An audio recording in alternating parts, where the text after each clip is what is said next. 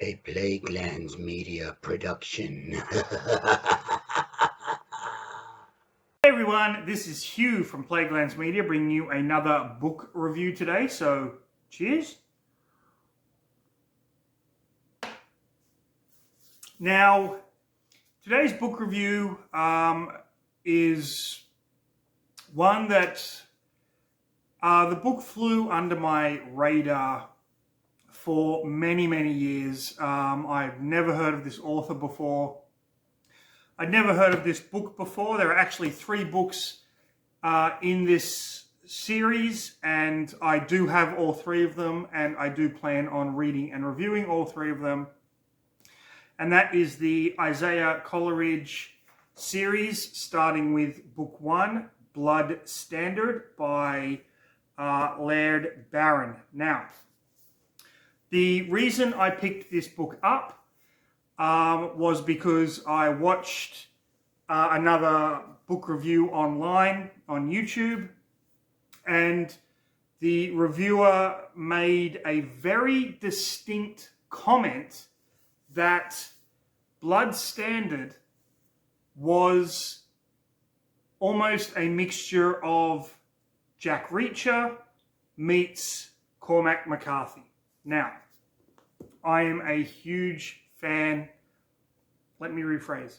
I was a huge fan of the Jack Reacher novel series by Lee Child. I thought they were fantastic. I've read everyone up until about book 22 or 23. I was even a fan of the 2 Jack Reacher movies that came out with Tom Cruise. Yes, I know Tom Cruise wasn't the right fit for the part, but the movies were still entertaining, and that's what you want when you're watching an action film. Absolutely loved the Jack Reacher TV series on Amazon Prime. Cormac McCarthy, one of my favorite authors of all time, purely because of not only the way that he managed to tell a story. Sadly, we lost him, I believe, last year. But the descriptions of America and the places his characters inhabit. If you want to read the penultimate Cormac McCarthy novel, the best Cormac McCarthy novel in my opinion, read Blood Meridian.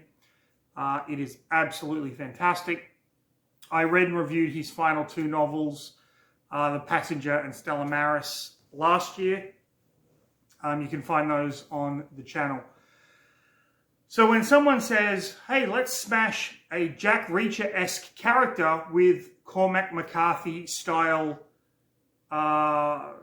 writing, I was like, fucking impossible.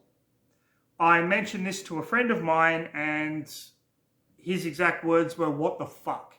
So naturally, I had to pick these books up. Yes, I got all 3 before even reading the first one, but that's just the way that I fucking do things. Now, the main character of Blood Standard, Isaiah Coleridge,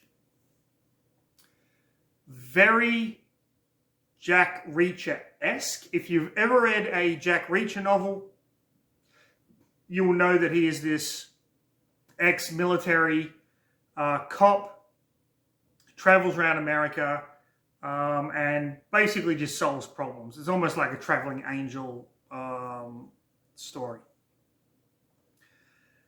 Isaiah Coleridge, on the other hand, is a former hitman for the Chicago Mafia, and he's half American, half Maori.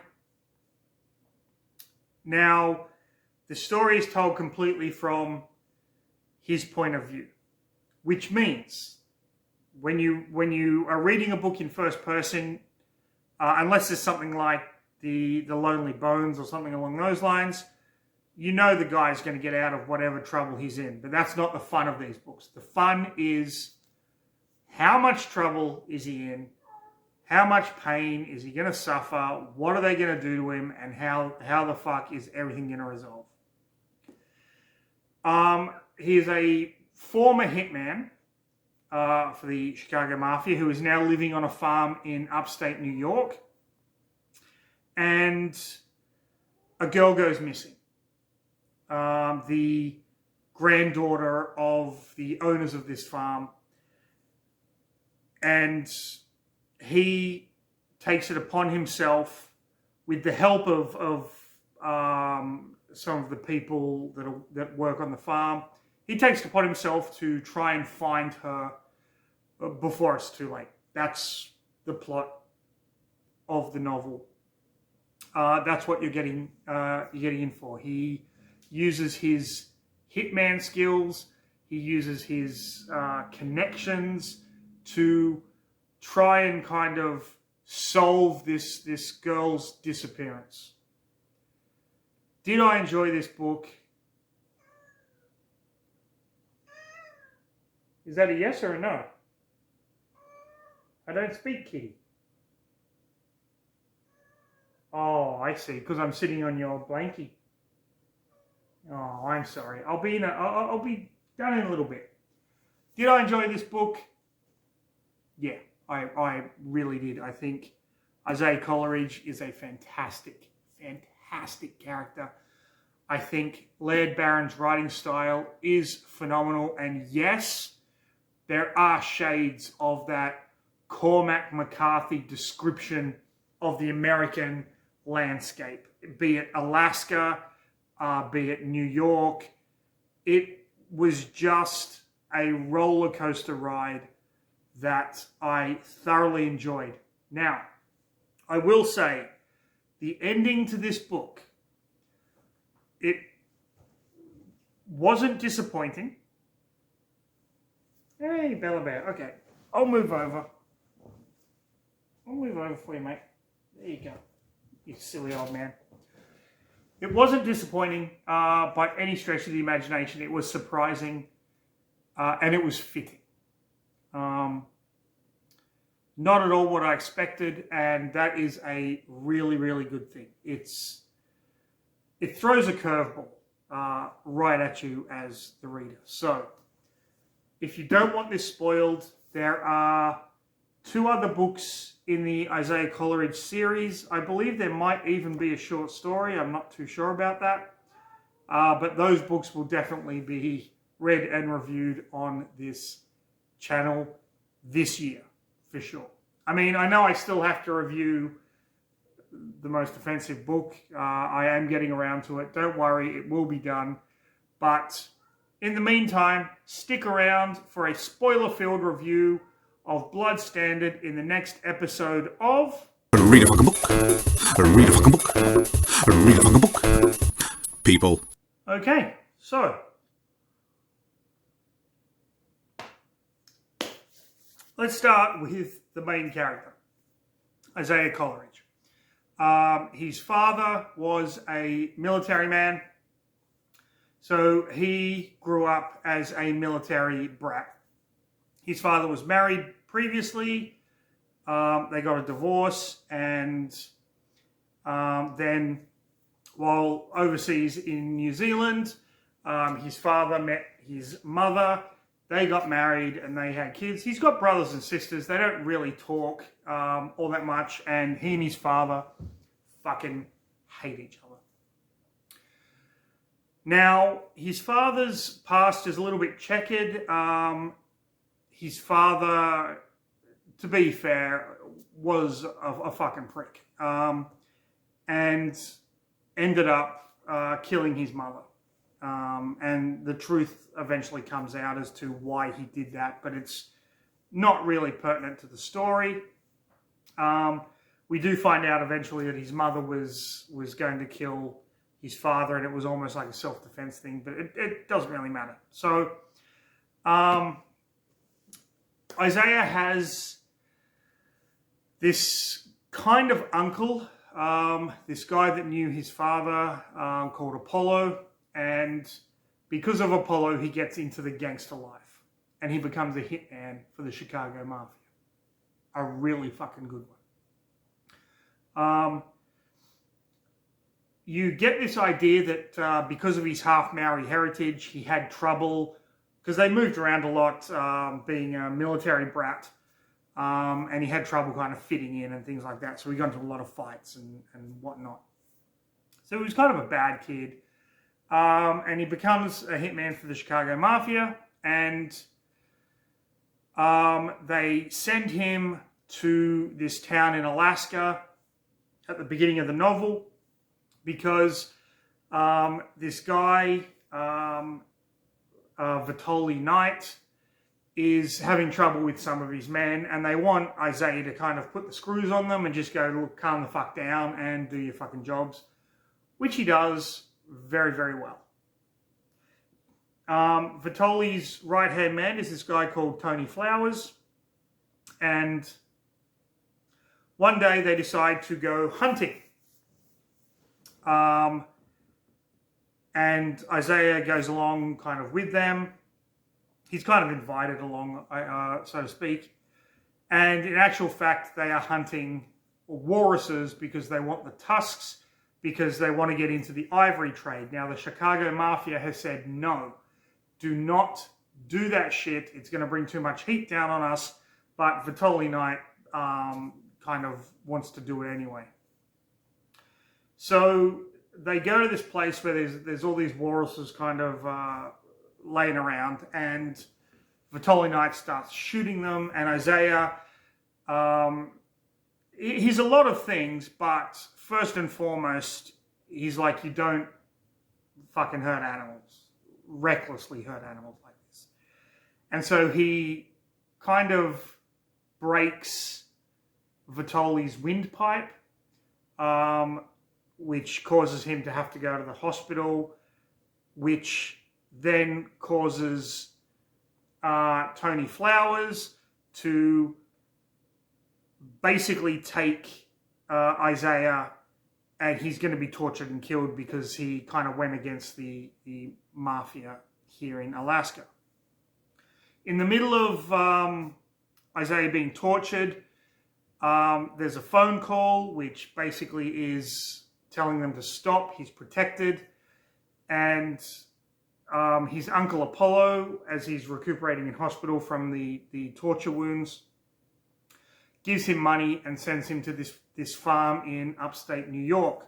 When he gets there, it's run by this elderly couple, and there are a couple of different characters on the farm, but the most prominent ones are the couple's granddaughter Reba, who is a teenage delinquent, and she's been kind of sent there by her parents because they need to kind of keep her in line. And this guy called Lionel, who is like ex-special forces, and he has kind of some trouble with his ex-commando crew, who are just fucking psychopaths. During the farm itself is mainly a horse farm, but there's kind of other stuff there, and Isaiah at one point manages to kind of get back this stallion called Bacchus that has escaped, but in doing so he gets really sick. It's in the middle of this heavy storm and he gets pneumonia. They go to this festival, and he witnesses Reba having a confrontation with three kids. These guys had been run off the farm previously by Reba's grandfather, and he watches one of them punch her, and he goes and he kind of helps her out. She gets pissed off, but because he's really sick, they manage to get away. He succumbs to the pneumonia, and he's kind of delirious in and out. And during the time that he's laid up in bed, Reba goes missing. And when he comes out of it, he's questioned by police, and he basically tells the grandparents, listen, I will do everything I can to find your granddaughter. And he does. He hits up all of the contacts. He's approached by New York mobsters who are like, we know who you are, come and work for us. He's like, I don't do that shit anymore. He's approached by detectives. He's approached by an FBI agent. And it leads to this confrontation with a drug cartel, like a Native American drug cartel called the White Manitou, who he and Lionel, the ex-Special Forces guy, kind of go and approach because the three guys that he saw in the car the night that Reba was struck and he kind of helped her, those three guys are White Manitou gangers. So his assumption is they've kidnapped her. So he approaches the White Manitou, meets with the White Manitou boss. All the while, he's juggling this new relationship with an acrobat, which is just weird. I think she's also a librarian.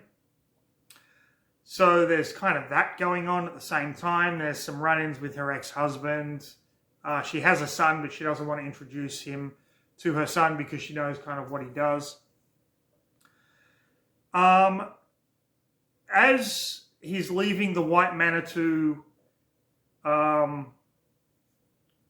hideout in this place called the Battery, he sees some guys that had been, they were doing this dog fighting, and the female dog that lost the fight, they killed it and they were kicking its puppy around. So he goes back there and fucking massacres them and takes the puppy. Now, I've got to say this. This choked me up a lot, like a fucking lot, because there's one thing I hate more in this fucking world is when people abuse animals. So reading this, I was fucking, like, he murders them. He flat out fucking breaks their legs, breaks their necks, shoots them. It is a magnificent sequence of events, all to rescue this little puppy that he names Minerva. When he gets back to the farm, he starts to ponder everything that's going on with the FBI, the cops who, basically, the cops and the FBI were plotting to kill him, but because he looked into the White Manitou, but it was kind of stopped at the last minute. So there's all this kind of dirty cop shit going on at the same time, which is just phenomenal. And then he gets back to the farm and he's pondering everything that's going on, and he kind of realizes, I've been looking in the wrong direction. So the three guys that he saw with Reba, the three gangbangers, the White Manitou had everyone kind of go underground because they knew the FBI were onto them. And these three guys went out to this this cabin in the woods, so to speak. And so Isaiah goes there and finds these three guys, one of them being an FBI informant. So he gets the informant back, and the informant lets him know, listen, the girl, Reba, yeah, we had her in the car. We were going to take her with us. She realized what was going on, and she fucking hightailed it. Haven't seen her since. Now, on top of what is happening here, there's a hillbilly aspect to it too, because one of the three guys is the son of this hillbilly moonshine maker, drug dealer fucking woman that Isaiah goes to see, and she's like, get my son back.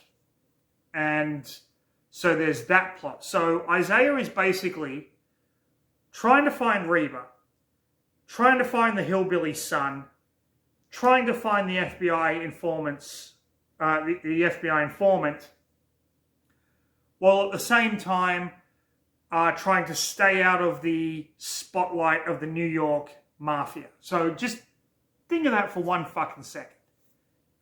It's amazing. It's like Laird Barron is throwing all these fucking balls in the air and juggling them perfectly. Absolutely perfectly. So, once he gets the FBI informant back, once he gets the hillbilly son back, he's at the farm and he's like, we've been looking at this from the wrong fucking way. And he goes into the stables and he sees that Reba's helmet, riding helmet, is missing. So he's like, fuck. So it turns out that while they were looking over here, while he was assuming a crime had been committed, kidnap, murder, whatever, in actual fact, Reba had left the car, gone back to the farm and taken this stallion Bacchus out for a ride. And as she was riding, she fell and smashed into a tree. She staggered into the camp of this kind of hobo guy who appears in the book like sporadically. And he used to be a medic in the war. And he realized that she had a serious head injury. However, instead of trying to treat her, instead of trying to take her to a hospital, he tries to treat her because he knows it looks bad with him being like this hobo guy. And she ends up succumbing to the wound and dying. So he buries her in the woods. And when Isaiah realizes all of this, he tracks the guy down. The guy kind of confesses, and Isaiah kills him. Now, you'd think that would be the end of the book. The case has been solved. Reba's body has been found. Everyone knows what's happening. No. He gets a call from the New York Mafia. He goes to his friend Lionel, the ex-Special Forces guy, and he says, listen, I've got to go. If I don't come back, can you look after Minerva for me? And he goes and meets with the New York Mafia guy, and the New York Mafia guy is there with Vitaly Knight and Tony Flowers, and they have come to kill Isaiah for what he did to Vitaly. They take him out. They give each of them a gun. Vitaly Knight has been known to be a fast draw kind of guy, so it's going to be like one of those Wild West shootouts. Isaiah draws his gun, but Vitaly is quicker, and he fires at Isaiah, but the gun is empty. And then we discover that the New York Mafia understand what is kind of going on, and that Vitaly and Tony Flowers are to be taken out. They almost decapitate Tony with a garrote. They kill Vitaly. Well, Isaiah kills Vitaly because he comes at him with a knife, and they get into this kind of knife fight situation. And everything is kind of squared away with the Chicago mob and the New York mob. And Isaiah goes back to the farm and gets ready for his date with his acrobat/librarian girlfriend, who finally wants him to meet her son. And that is where Blood Standard ends. Now, I missed out a lot. There's whole scenes where Isaiah is meeting with the Lionel, the ex-Special Forces guy. They're meeting with his company to get some weapons and shit like that, and a whole lot of like nuances in the book that I left out, but I just wanted to tell you the plot. It was fucking phenomenal. I loved every single minute of this, and I cannot wait to read. I believe it is Black Mountain. Yes, the second book. Wait, there we go. The second book in the series, which I'm not actually reading at the moment. I'm reading something else, but it is in the pipeline and it will be read. Now, these books, I don't consider them keepers. Once you've read it, you've read it, but they are well worth your time to go and find and read. And I'm really interested to see what other books Laird Barron has written, because his writing style is simply wonderful. There's an ease to it that is so reassuring, especially when you're dealing with a character as complex as Isaiah Coleridge, who, for a Maori hitman, half Maori hitman, he is actually well read. He went to college. He's interested in mythology. He's read the classics. It's just a wonderfully fun character to read. So that was Laird Barron, Blood Standard. So if you enjoyed the video, like, subscribe, leave a comment, leave book recommendations, do all that other stuff. I do have a ton of books I've got to get through first, so it might be a year or two, depending on if the book recommendation is in my collection. But until then, stay safe. Have a fantastic rest of your day. Yeah, fuck it, I'll have another one. But most importantly, read a fucking book, people.